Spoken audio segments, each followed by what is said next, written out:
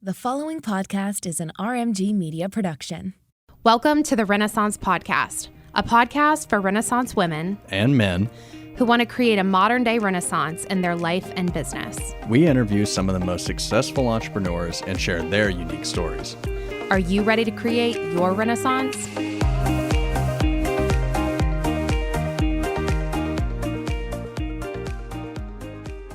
Well, we are here with the most beautiful person inside and out who just exudes. I mean, you just have this presence about you, and I wanted to wait until we were on air to share that with you. But I'm like going to get emotional already because I've been listening to you on podcasts all week and just preparing for this and just like honestly praying about this interview just because it means a lot to me. And I know, you're going to make me cry. Here we go. I might be about to start my period. Sorry. Same, and I'm in an emotional era, so just let it flow. Oh my God, I love it. We mostly have women listeners. So my mom and I were just talking about you too and just watching the Today Show piece, which was so well done and so incredible. And I'm just in awe of your strength, I think. And I'm in awe with your vulnerability and just how you've taken the hardest experience, I feel like, of like anyone could go through. And you've done such good with it. I mean, you just are incredible. And I feel so honored to be sitting with you.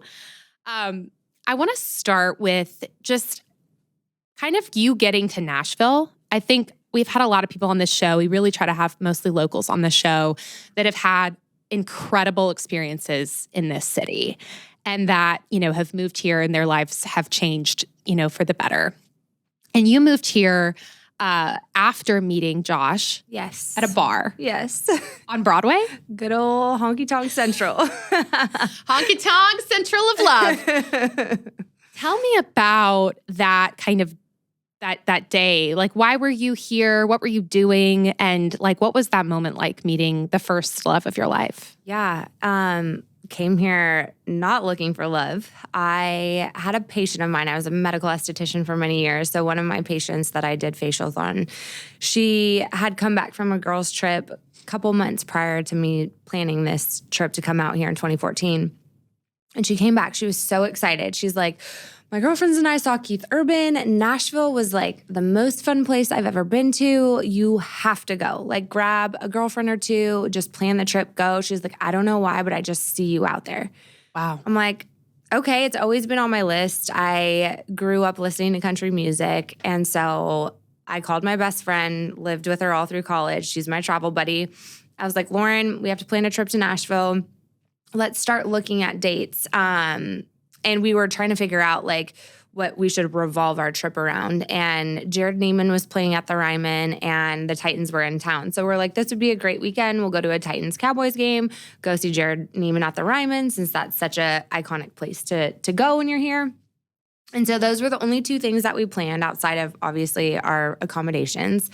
And then we just kind of let the trip take us where it was supposed to take us. And it just so happens that our last day was the Titans-Cowboys game. We were leaving the following morning. It was a day game, and we went back to Honky Tonk Central just because we really enjoyed that bar.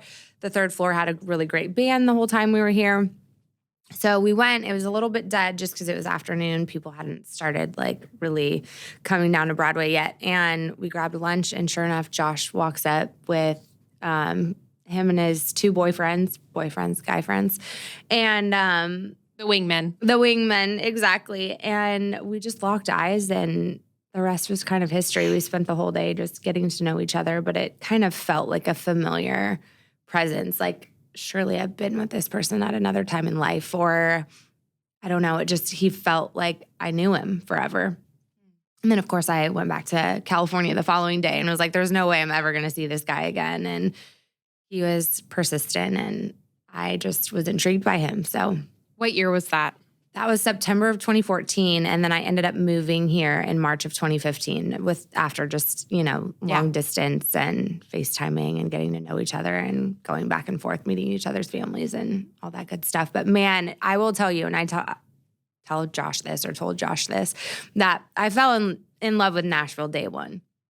And I was like, I could totally see myself here. And then Josh was definitely my vessel to get me here. And I'm like, I don't know what this is going to be. I don't know if you're my forever or if this is just like a really awesome chapter in my life. But regardless, like, I love you and I love Nashville. And I feel like this is where I'm supposed to be next.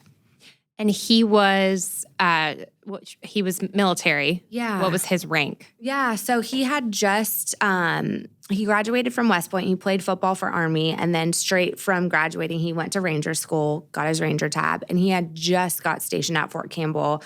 He was a first lieutenant. And he was up for captain. Spoiler alert, he passed away in 2016, just shortly after we started our love story together. But he had just got stationed there. So it was just odd for him to even be downtown. They never had days off. And that Monday he had off for some reason. So he told his buddies, let's go down to Nashville. It's about an hour drive for those who are like, don't know the reference. Let's watch some football and just have fun and head back. And wow. just met. So wild. And like so crazy that meeting has formed your entire existence. My entire life, yeah. Nothing would be what it is today without having met him. And there's one quote that I always go back to. You've probably heard me say it before, but you're one decision away from a completely different life, which is such a cool thing to think about because I think oftentimes we feel stuck. And if you think about life that way, like you wake up one day and you just make one choice and it can change your entire life for the good or the bad, but even the bad leads you to where you're supposed to go. So that was one of those things where I was like, dang, what if we didn't go to that bar that day, you know? Well, and you said before we started recording, you're a yes person. So were you that way before, Josh? I have always been, yeah. I think a lot of people look back and they're like, how did you decide to like move halfway across the country for someone so quickly? And my fiancé now, another spoiler alert, I always tell him this. I'm like, it's so funny because the simplest decisions are so challenging for me. And he's really good about just taking the lead when it comes to like, I've had a long day and he chooses what we order at dinner. I'm like, thank you, Jesus, for sending me someone who just knows when to step in and like take the reins. But as far as making like big life-changing decisions, since I was a little kid, I've always trusted my gut, like my intuition, so fiercely. And I think because I have such a strong faith and I know that what my heart is telling me is what God has laid on my heart. So I trust it fully.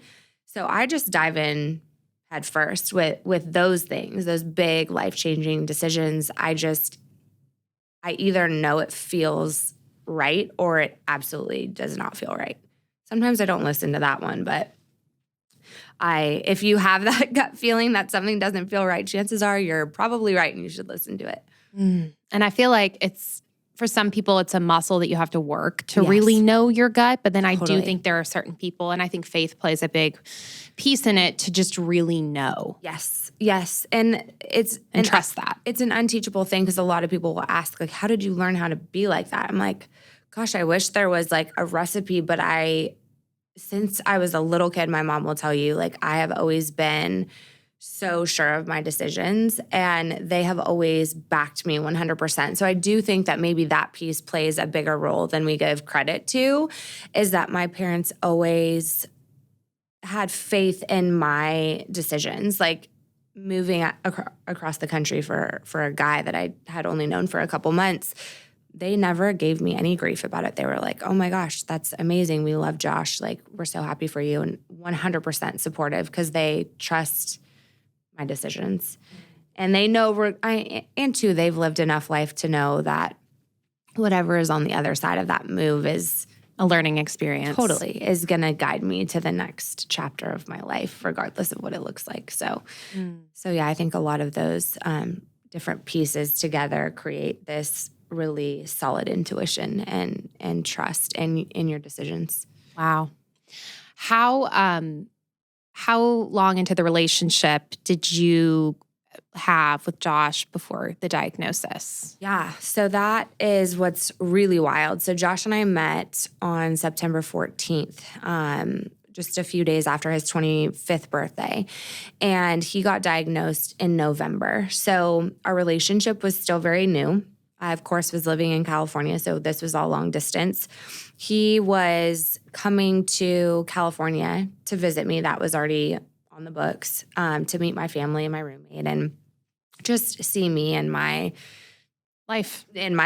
And then there was a plan for me to come back to Nashville and meet his family for Christmas and spend New Year's here. And so that diagnosis came in November, and he started chemotherapy in December. So it was very soon after meeting. And I think a lot of people always ask, like, why didn't you run? Like, why wasn't that a sign to, like, not go down the road with him? And it just, again, goes back to me knowing how I felt about him. Like, I knew that I loved him. We had just said I love you for the first time. And a few days later is when he received his diagnosis. I think it was like 10 days after that. And that's what love is, you know. Unconditional love is not just loving each other through the really fun times, but like the worst of times. I can't imagine him going through that without somebody who unconditionally loved him. And I know that God placed me in his path for a reason to be that person. And one of the big reasons why I believe that is my ex-boyfriend's mom was diagnosed with breast cancer towards the end of our relationship, and she and I were really, really close. And I got to see firsthand what a battle with cancer looked like. And as heartbreaking as that experience was, I mean, it really prepared me for what was to come, which was being with Josh during his diagnosis. She was actually the first person that I called when he told me that he was diagnosed, because I was just like, what do I do? Like, how do I show up for him?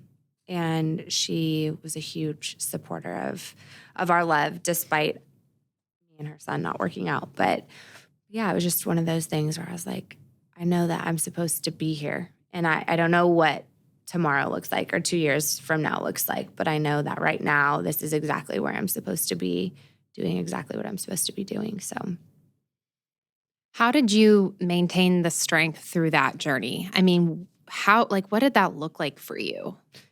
Oh, it was Josh 100% and God, of course. You know, there were moments where you just pray for guidance on how to show up in the hardest of times, especially being someone who has never experienced what he was experiencing. I obviously just was born with a caretaker's heart. That's just, I love to take care of my people. So that came naturally. But I mean, nothing can prepare you to walk through a battle with cancer with someone, no matter how much you love them. But he was just, I mean, he was an Army Ranger. If anybody knows anyone who's graduated from West Point and then went on to earn their Ranger tab, I mean, getting your Ranger tab is the most challenging thing. Most people don't finish Ranger school. And Josh did it with a tumor the size of a volleyball in his lower abdomen and didn't realize that he had that.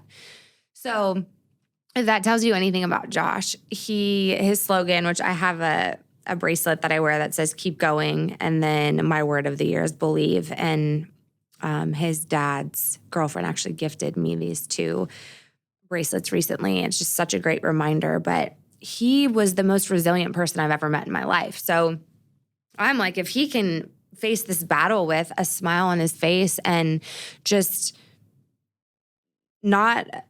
he never even considered that cancer would take his life. Like, there was not a day that he woke up that he was like, poor, pitiful me.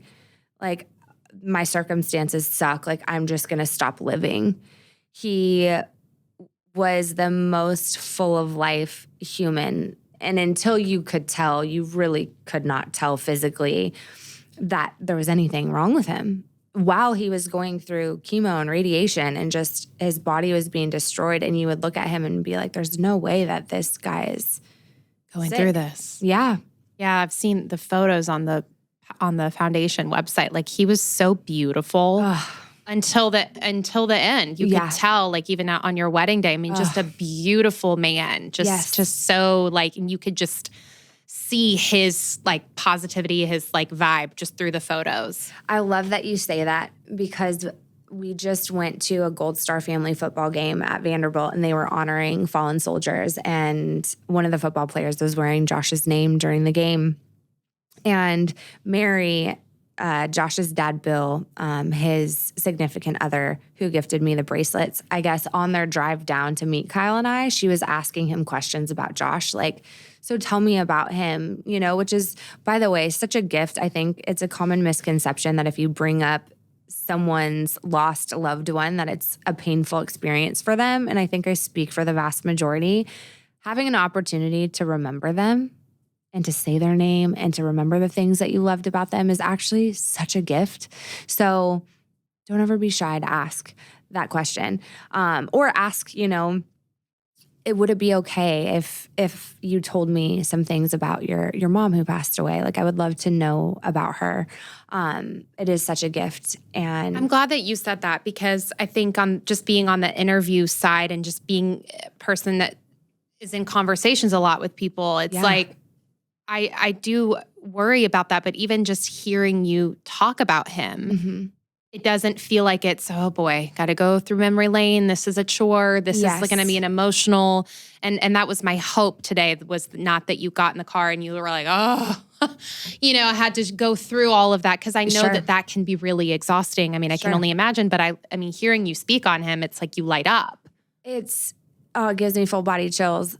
And those of you who don't know, I told Sydney on the way here, Josh and I lived at his mom's house when I first moved out here, off the street that we're recording this on, which is like no one in Nashville really lives off this street. Nobody so comes it's here weird. unless you live here or like drive past it. So it's very weird, but it's also not weird at all. It's a total God wink, like we've talked about. But all that to say, so back to Josh being beautiful. So they're driving down and Mary's asking Bill, like, what do you love about Josh?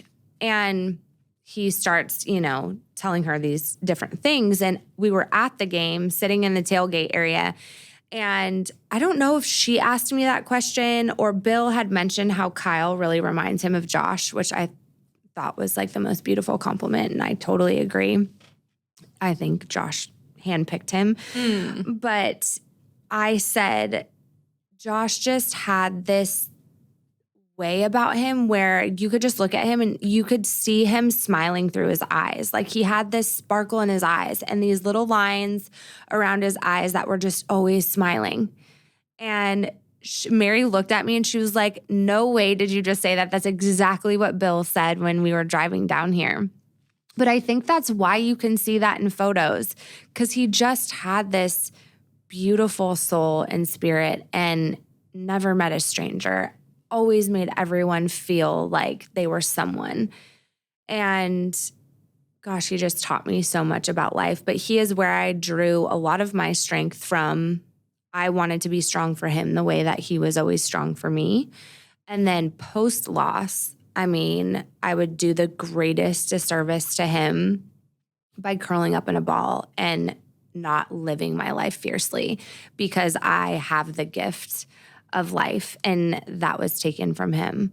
So he's definitely at the core of a lot of that strength from the beginning and, of course, life after. Wow. You're incredible. It's like just wild. I think there's so much faith in your story. There's so much God in your story. I mean, because it's kind of insane. Yeah. And I've heard people compare it to, it's such a Nicholas Sparks thing. It is. It really is. Yeah. But like in a way that's so beautiful and like a story, because it is, but it's also just like doesn't feel like it can happen because, you know? Yeah. But it happens, and it happens every day. And it's just, hearing you speak it back is just amazing, and just your wisdom through it all. And I can tell you've really had a lot of like internalizing of everything. I was going to mention that piece when we were talking about people feeling good about speaking about their loved ones who have passed. A lot of healing has to happen for a lot of people before you can get to that place. I have finally been able to move past a place of anger and I think for a long time I lived in a space where I was like, I was robbed of my future that I was supposed to have with this person. And when I finally came to terms with the fact that I had exactly what I was supposed to have with Josh, and that anything beyond that is really just a fantasy of what I think my life would have been if he was still here. Once I was able to like let go of that negative mindset of like God took something from me. He gifted me Josh, and he gifted me for the exact amount of time that he was supposed to be in my life. And now because of Josh, my story can impact so many other people, and his story can impact so many other people. And now I have this second opportunity at love because I had him. So life in general is just all perspective. But man, if you can invest in healing after you've experienced any sort of adversity in life or anything that's just broken you down to the core, do it, because I carried a lot of pain around with me in a sack on my shoulders for 6 years before I really invested in true healing. And it changed my life. It's what led to me coming to your event and now having a fiancé and a whole second chance at love. Wow. I really want to kind of speak on your fertility journey. Yeah. Because if you thought she's been through a lot at this point in the story, It gets better. It gets something. And I'm so grateful to you for being so vulnerable, because this is so hard. And I'm so grateful that you've had the healing that you have. And I'm so proud of you in so many ways. And just thank you for sharing this. Because I also, at the same time I'm asking questions, I feel like if it were me, I feel like it would be like a dagger every time a question was asked, just because I can't even comprehend the experience. And so I'm just blown away by you. And again, just so grateful that you're allowing me to ask you these questions. Oh, I'm just grateful that you have a platform like this for people like me to share, to make other people feel less alone. Because, man, it's a lonely journey out there, whether it be loss or infertility or just cancer, whatever it may be, to just have one person that you're like, oh, yeah, I'm not alone. Like someone else is experiencing this and they survived it and they're still finding joy in life. So if there weren't people like you, nobody would even be impacted by this. So thank you for everything that you do. Wow. I take no credit. It's all the content. That's what we teach here at Renaissance. It's all, if you don't have great content, you have nothing. So thank you. This is true too. Yeah, but at what point when did you guys get engaged, you and Josh? Yeah, so Josh proposed. So there was a period of time where we thought Josh was in remission. So he had a major tumor removal surgery at MD Anderson, which was January of 2016. And post that surgery, he spent many weeks in the hospital. And to the point where he was like, I'm having my dad drive me home and you got to take care of me at home. I can't stay in this hospital any longer. Wow. So we got him back home, drains coming out of every which way, and nursed him back to health. And we had a wedding to go to for one of his guy friends who went to West Point with him, who just happened to have grown up down the street from where I grew up. And so we went back home to California, Southern California, for this wedding. And this was in May. May 28th was the wedding, I believe. And we were going to brunch at our favorite brunch spot in Laguna Beach the next day at the deck. And Josh ended up getting down on one knee and asked me to be his forever the day after this wedding. And I obviously, my whole life wanted to be a wife and a mom. And so to have that dream come true with this person who I knew my time was probably limited with, he was the only person that I wanted to do that with. And I think in the beginning he thought, like, if I'm not going to be here, I don't want to put her through more pain by her losing her husband. And I'm like, Josh, if that's the story, like, it's going to hurt the same either way. But like, I would love to experience these things with you, nobody else. And So I think he took that to heart, but he really wanted to wait until he was in remission. So all that to say, that was May of 2016. And then shortly after that, we found out that his cancer had metastasized to his lungs.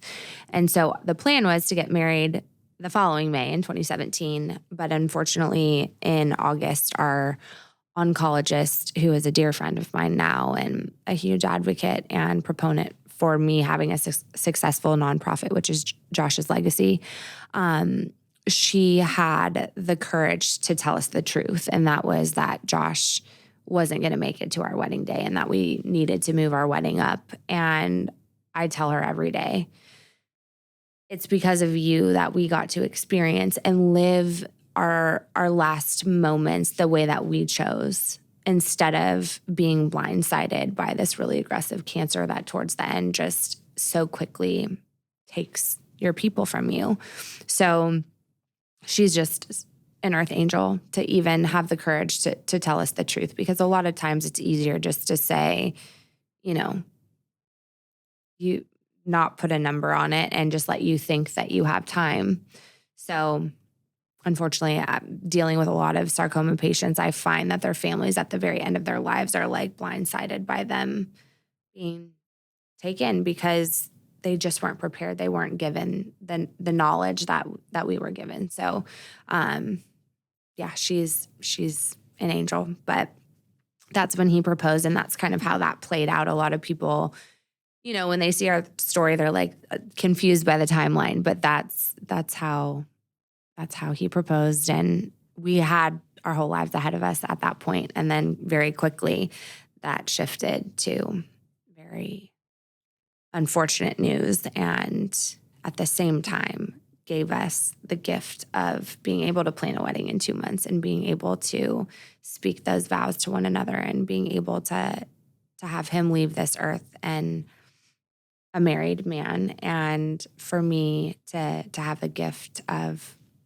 knowing him as my husband and him leaving this earth as his wife. So,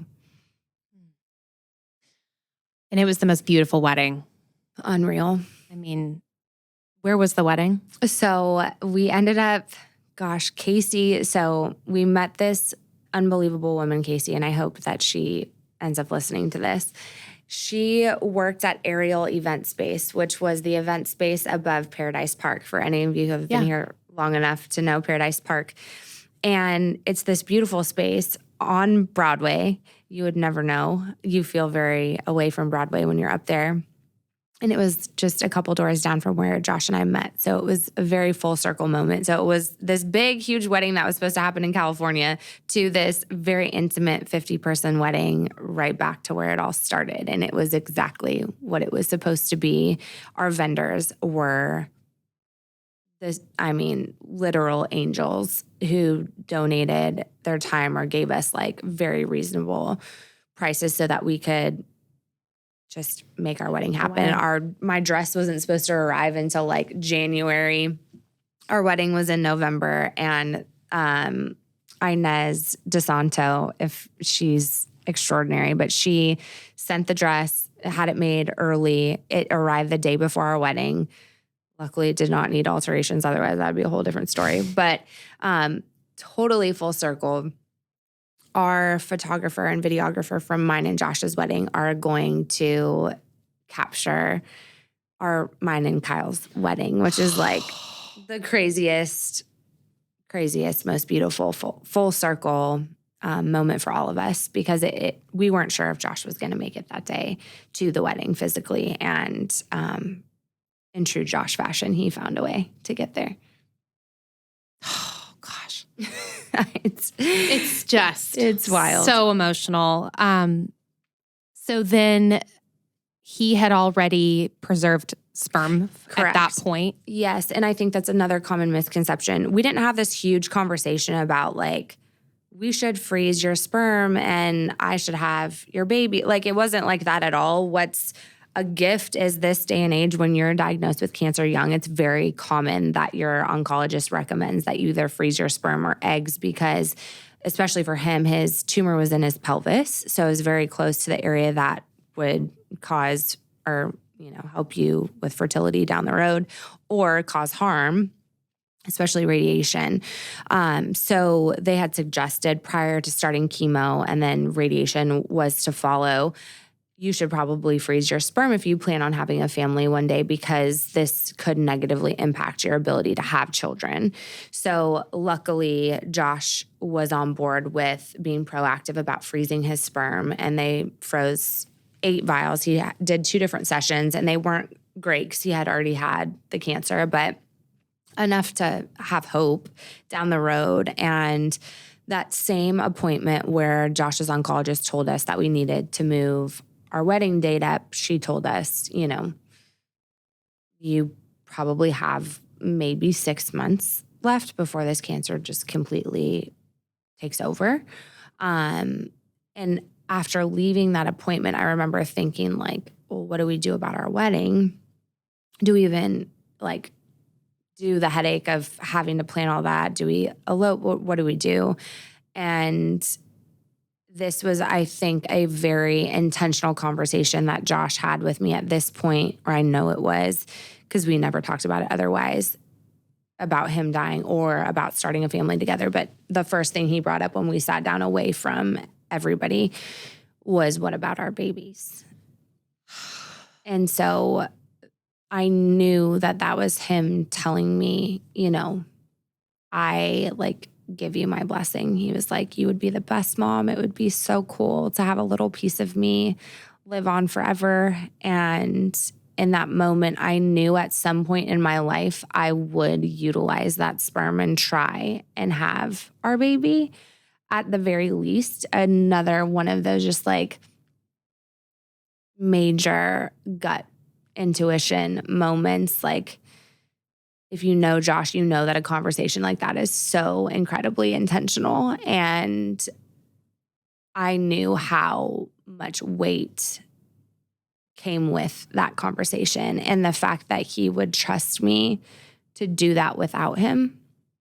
Any sort of negative feedback that I get on social media is always like, you're such an asshole for bringing a child into this world without its dad. And I'm like, okay, true, but also, if you knew him, the fact that he trusted me, he was my voice of reason. And had we not had that conversation, I don't know that I could ever move forward not knowing what his wishes were and not knowing how he felt about his child being raised, either just by me or by me and my future significant other.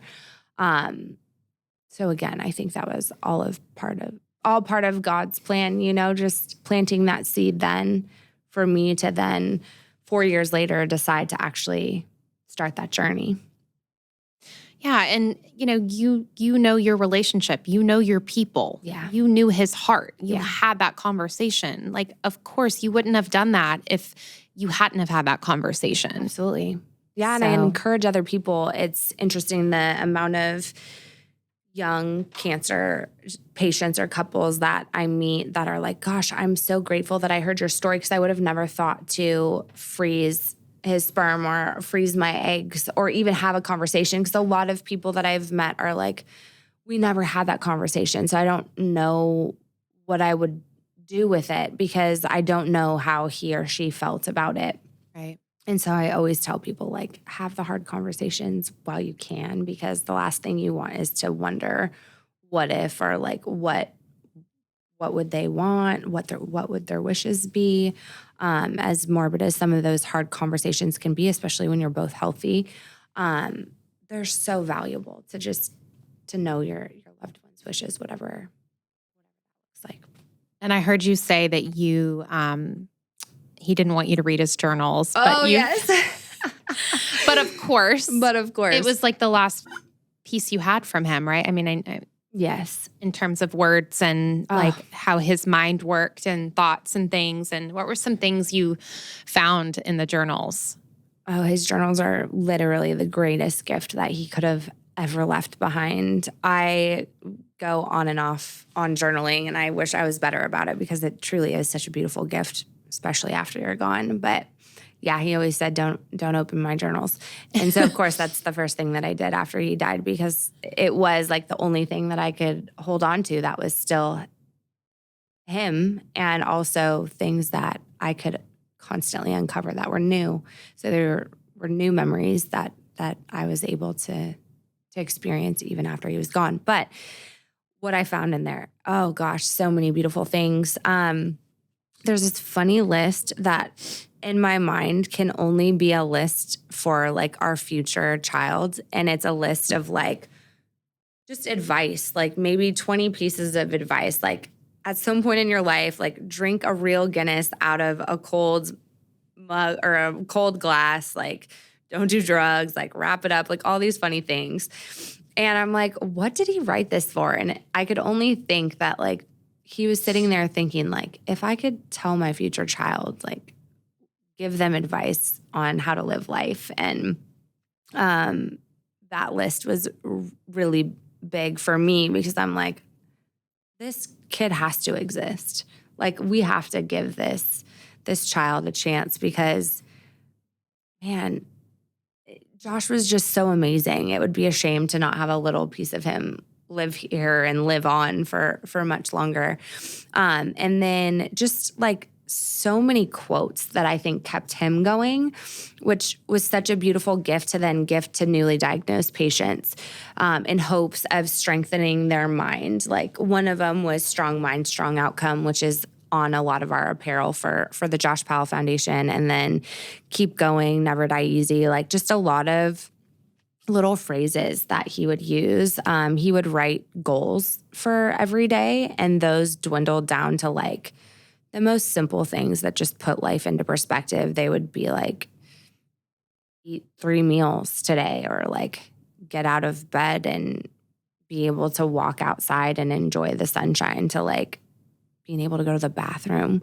Like so much perspective there. I mean, a bucket list, like different trips that he wanted to go on, different experiences that he wanted to check off of his bucket list, which is why I'm a big bucket list person. We were together, and then post-loss, of course, I've carried that through. And his plans to propose were in there, and the gift that he wanted to get for me for Christmas, he passed away on December 13th, like the gift that he wanted to get for me that Christmas, he had written in there, which I still haven't done. He wanted me to take shooting lessons so that I would like be safe without him here, I think. And that's still on my list. I told Kyle we need to do that this Christmas in Josh's honor. But just so many beautiful things, and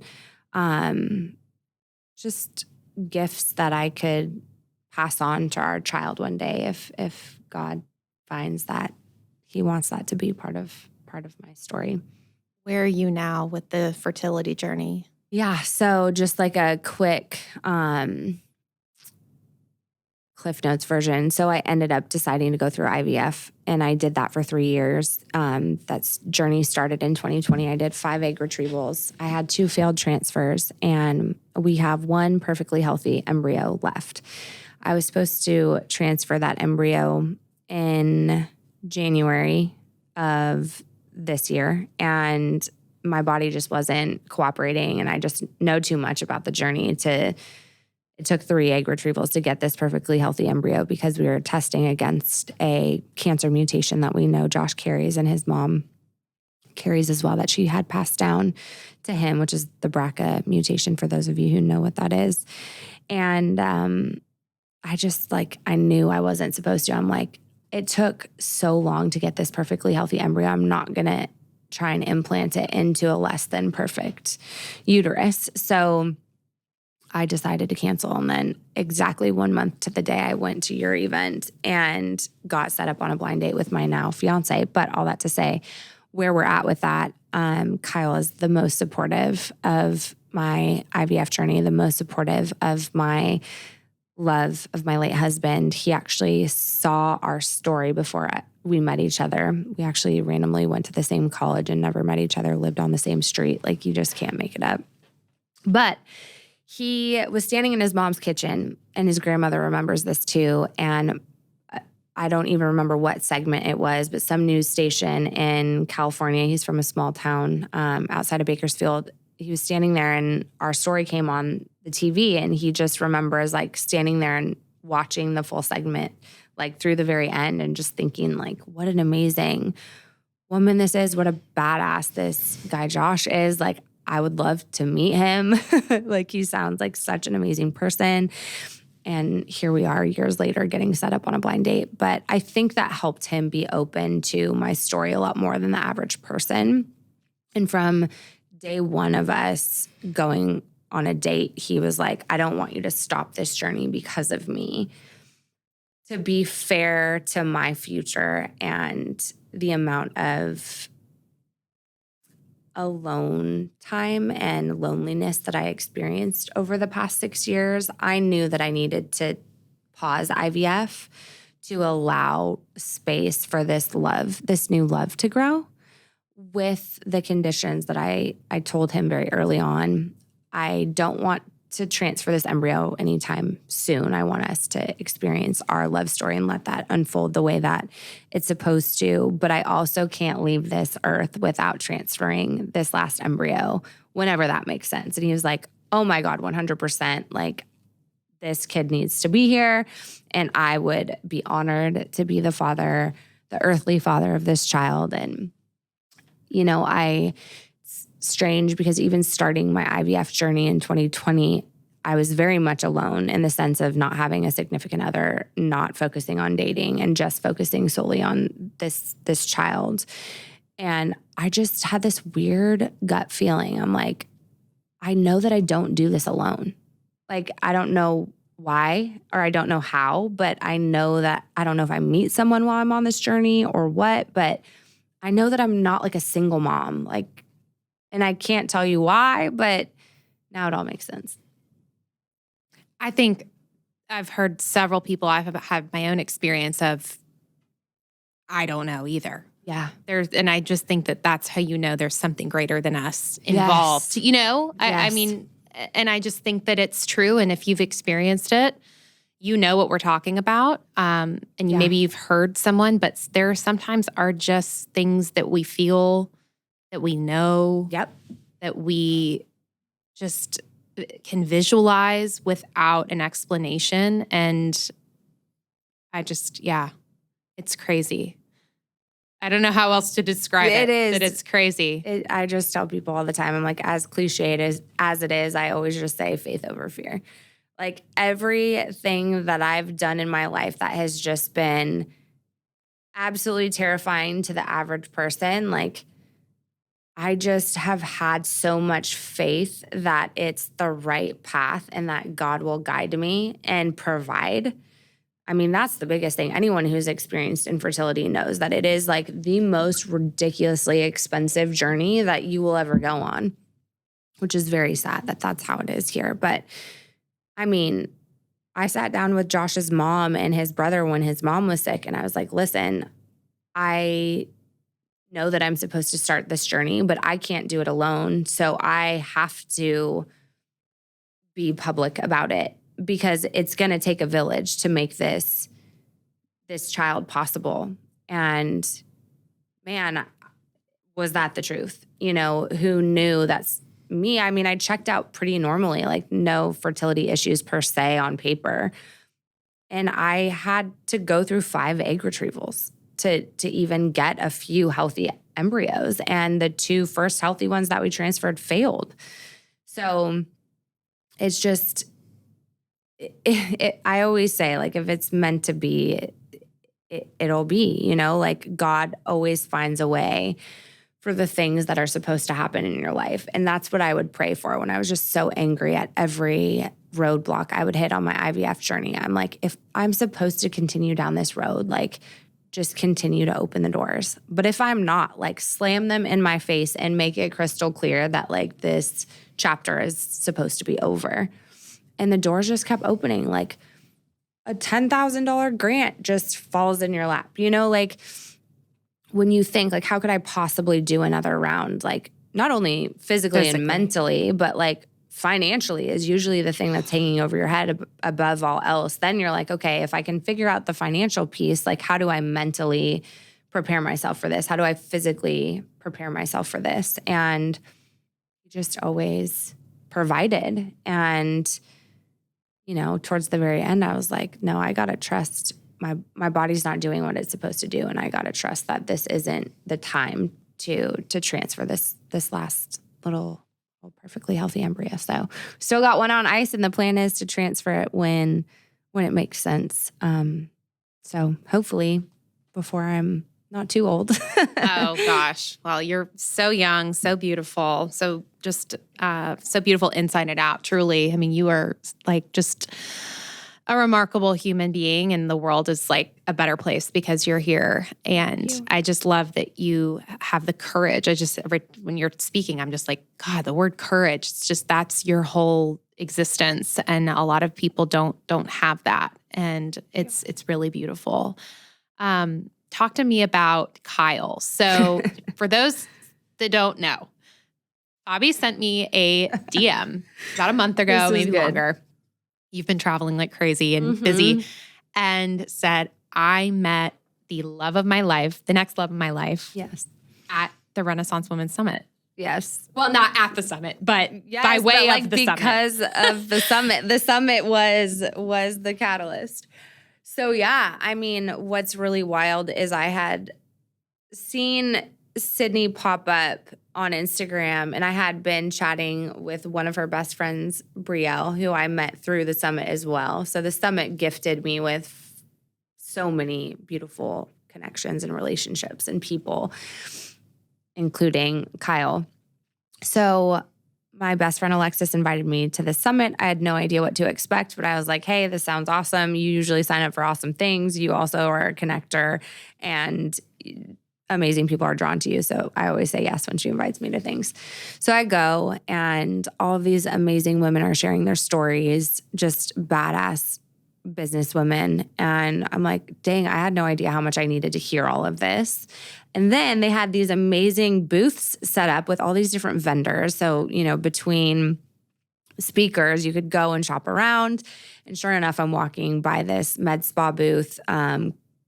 I won't name names just to keep this story secret. But I work in that industry, and they had asked me if I wanted to enter a raffle, and I happened to work for the company that provides that service. And I was like, oh my gosh, don't waste a raffle ticket on me. And so I got to talking with the girls at the booth, and one of the girls was listening to my story. And at the very end, she was like, are you single by chance? I have this guy who is in my Bible study group, and he's amazing. And I just think that you guys would hit it off. I don't know if he's ready for a relationship. I don't know if you're ready for a relationship with everything that you have going on. But at the very least, like, you guys need to be in the same place and just meet each other. I think you'll be good friends if nothing else.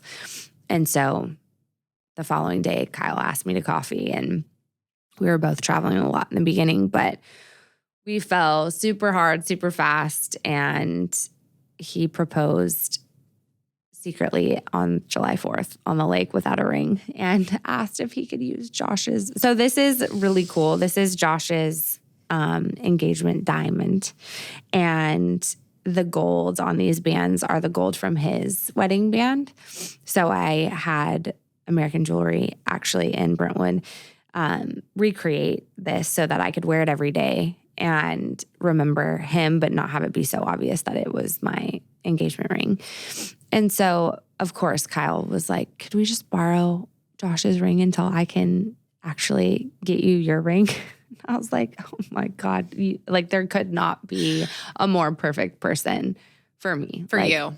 You said handpicked. Handpicked from Josh without a doubt. And Josh, of course, I could just see him looking down like, yeah, dude, use my ring, because you can't propose to her without a ring. And so I had no idea when the real ring was coming. And September 1st, he proposed in our new house that we just bought together. So we, after 4 months, 6 months now, just knew. I think you get to a point where you're so clear on who you are that it's very clear when you meet your person who is so aligned and just has the same values and life goals and is just a true partner. Well, and back to the courage piece, you had the courage at the summit to share the story to one of our vendors and the gals at the booth were, I'm sure, like I am, just hanging on the edge of their seat with this incredible story and this incredible, beautiful person sharing it. And I just think that's such a lesson. Share your story. Oh my gosh, I tell people You never all know the who's time. listening. Oh, thank you for saying that, because, you know, I think it's really easy to look at people and be like, gosh, they're so extraordinary. Their story is so amazing. Like my story is just nothing compared to that. Or like, I don't know, we all have imposter syndrome to a certain extent, and we talk ourselves out of doing the scary things and choosing not to put faith over fear. But if you feel this pull, like this beautiful woman who set Kyle and I up, she felt a pull that day and she could have easily ignored it. And because she didn't ignore it, Kyle and I are gifted with this extraordinary love. And there is a reason why you feel those things. And what I've learned is every time I choose to lean into that, gosh, not only am I able to bless someone else, but I get blessed beyond measure. And that's never the intention, but that's why we're here, right? It's to connect with each other.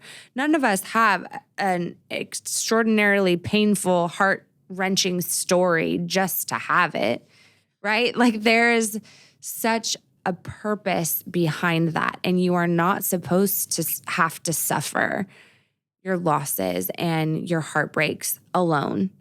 And we're all here together experiencing these different emotions throughout life because it's a gift to even be able to feel all of those things. We're like the only creature who has the capacity to feel pain and joy and happiness and sadness.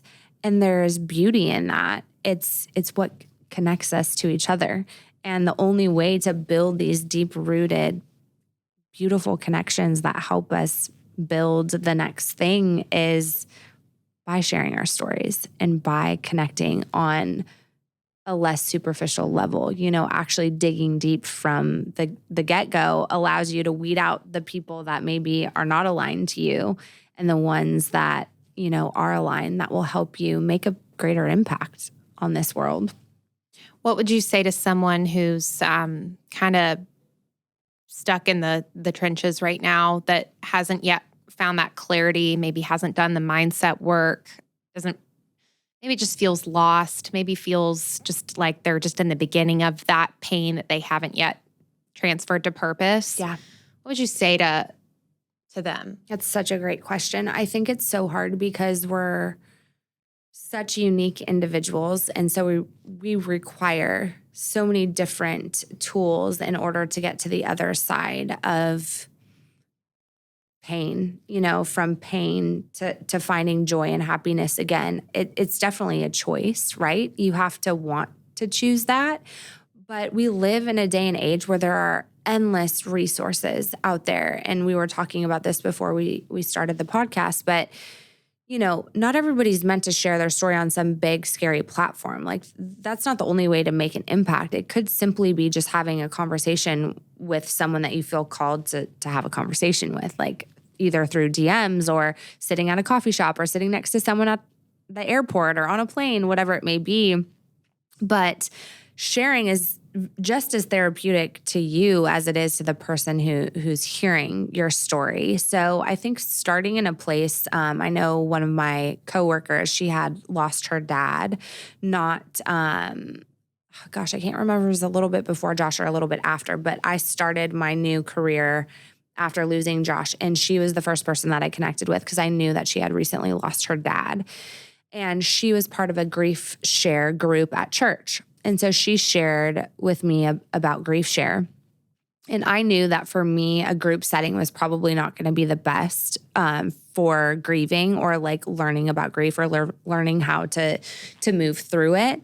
But our hospice center, Alive Hospice, which is a local hospice center, they provide free grief counseling sessions that I took advantage of after Josh passed away. And what's beautiful about that is your loved one doesn't have to have been a patient there.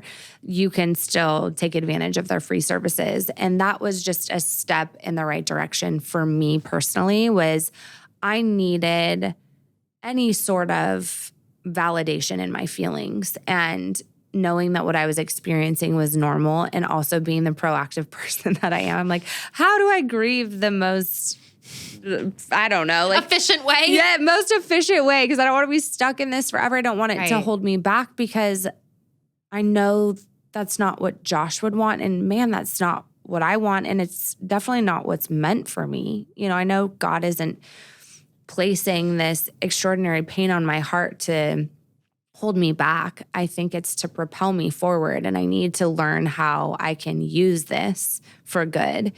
And even after using it for good, it took me 6 years to really let go of it. And what ended up helping the most ultimately for me was this life coach that I met through a coworker, and he does a lot of energy work, which can be woo-woo and kind of sound a little weird in this setting because it's hard to explain, but he helped me separate this fantasy that I was holding on to, not only on my IVF journey, like this fantasy of like, if this works out, like everything's going to be perfect, and not really seeing it for what it was. Like, yeah, if this works out, you're going to have this beautiful gift. You're going to have a piece of Josh, but you're also going to be a single mom, and man, your life is going to change for the better in some ways, but also for the worse in some other ways. And unless you can see it as a balanced entity or dream, you're probably going to keep attracting the opposite, which is this really, really hard journey that you've been on for 3 years, and you just keep pounding the pavement and getting kicked to the ground. And so that was a huge reason why I was finally able to trust my gut on like, I'm not supposed to transfer this embryo. Like, I'm just setting myself up for another heartbreak if I choose to push my way through this transfer instead of allowing it to happen when all the stars are aligned, right? And it was the same thing with my grief journey, just not realizing that I was still angry and I still hadn't actually grieved. Like, man, I could sit there on a podcast and share all of these painful things about my life and be like a robot. Like, I didn't even know how to feel the words that I was saying. And so the first podcast that I recorded after I basically uncharged from the loss of Josh and realized that I had basically just stopped feeling altogether, and that was my way of being able to move forward and do all these things post-loss, I cried for the first time on that podcast. And man, it was just this huge release, and it hasn't been released yet, but I look forward to listening back, because that was such an aha moment for me to be able to actually feel the words that were coming out of my mouth and to actually feel all of the things that I've experienced in my life instead of just talk about them as if it's like an out-of-body experience that happened to somebody else. So all that to say, it's like such a long-winded version of everybody's healing journey is so different, and you may not figure it out for a while. But the key is wanting a full life again, and wanting, you know, to not allow this thing that happened to you to be your whole story. You know, now I can look at my life and this loss of my husband and this IVF journey, those are chapters in my book. You know, they're not the whole book. And once I came to terms with that, look at what my heart was able to do, open up and expand and actually allow someone else in, which I thought I was doing for a long time. And man, I was doing the exact opposite of that.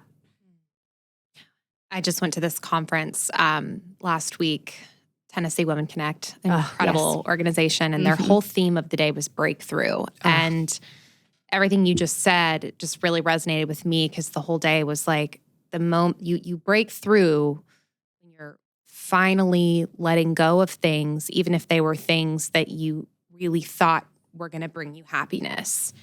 And you break through when you really start investing in yourself. Yeah. And realize this is going to be hard to let go of, but have you considered what can be on the other side of it? And that when doors shut and shut and shut, Yeah. you don't look back. There's more for you behind the door. Yeah. And trust in that. Oh my gosh. The rejection is God's protection piece of it too. Oh my gosh. I like full body chills. I, for the longest time, could only see like happiness is me and this baby.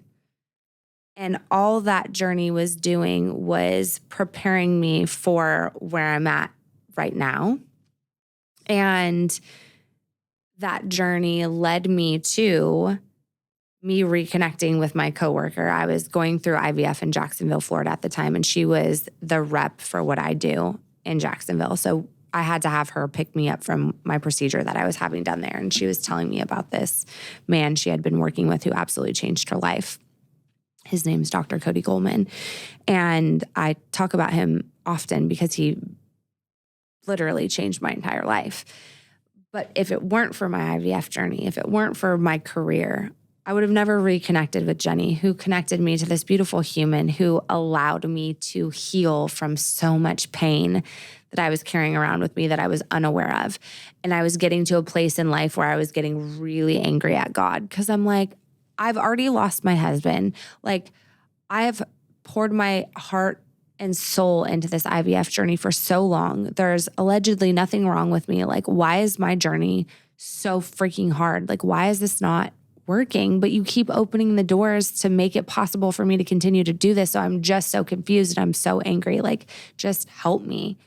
And that help was actually me turning my focus away from this baby and turning the focus back on me and learning how to fall back in love with myself and me coming to peace with the ending of my story with Josh and the painful chapters of my IVF story. And all of that healing very quickly led to one of the most beautiful chapters of my life yet. And it all starts with us. And I think it's so easy to just put our energy outward and be a helper and help other people. Man, I poured my whole heart and soul into Josh's nonprofit. And I think looking back, that was like a way for me to avoid my own healing, which I think a lot of us who look like we're okay do. We do everything we possibly can to help everybody else so that we don't have to help ourselves. But let me just save you a couple years and do the work on yourself. You will be a much better helper to other people when you've healed your own heart. And man, it'll just leave so much space for beautiful things to come into your life. Well, there's not much more that could be said other than what you just said in terms of impact. Okay, last few questions as we wrap, because I know I'm just so grateful for this conversation. It's been life-changing for me. You're a dream too. I love you. I love you. How can we support the foundation? What can we do?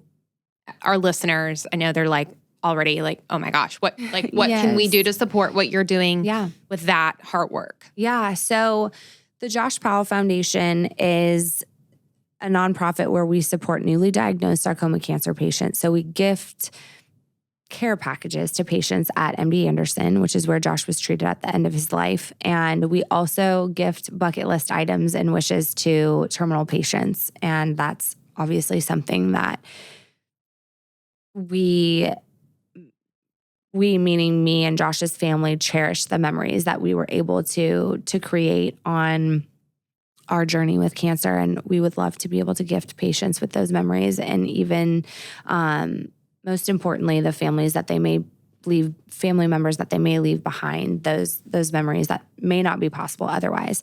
So in order to support, you can go to the joshpowellfoundation.org. You could just hit the donate button. We also have a merch store. I just recently moved, so all the merch is in multiple different places. So I shut the store down just for a little bit, but there's really cool merch on there. All the proceeds of the merch go back to the nonprofit. And we have local events. It's been a minute, honestly, since my IVF journey, since we've done an event and because of COVID. So there are some events in the works, so keep an eye out for those in 2024. But that's the easiest way. You can follow Josh Powell Foundation on Instagram. That's where we'll post any events, or on Facebook. And then Fabi Powell is my handle, and I always share everything on there as well. But yeah, it's an amazing thing to be able to help these families. We actually have a sarcoma cancer patient. She's 30, and her dad just got diagnosed with a different form of sarcoma cancer, which is like mind-boggling. And we just gifted them a trip together to be able to share some good memories together as a family. And these patients are just so grateful for all of the support. So if you're someone who's ever donated to JPF, we're so grateful for the gifts that you've allowed us to just give patients who are in need. And you're a great follow on Instagram too. You were just like, Thank you.